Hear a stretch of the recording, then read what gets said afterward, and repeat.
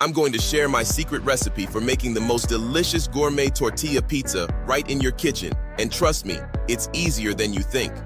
The concept of gourmet tortilla pizza might sound a bit fancy, but trust me, it's actually incredibly simple. What sets it apart from traditional pizza is the unique flavors you can achieve by using tortillas as the base. You get that perfect balance of crispy and chewy, and it's just so versatile. Here's what you'll need to make this delicious pizza: tortillas, your favorite pizza sauce, some shredded mozzarella cheese, and of course, your desired toppings. You'll also need a baking sheet and an oven, but chances are you've already got those in your kitchen. Let's start by preheating our oven to 425 degrees Fahrenheit. While that's heating up, we can prepare our tortillas.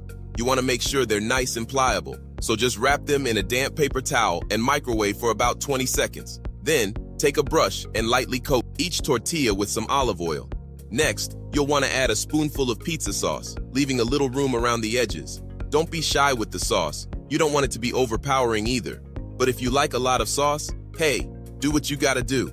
Now sprinkle on some shredded mozzarella cheese, as much or as little as you like. Finally, it's time to add your toppings. This is where you can get really creative, so don't be afraid to try out new combinations. I'm using some classic pepperoni and mushrooms today, but the possibilities are endless. Whatever your taste buds desire, go ahead and feel free to slap on your favorite toppings. As you can see, we're currently in the process of preparing our pizza. I'm adding on the toppings, making sure not to overload the tortilla. When it comes to selecting ingredients, it's all about quality over quantity. Choose a sauce that's made with fresh ingredients and don't skimp on the cheese. It makes all the difference.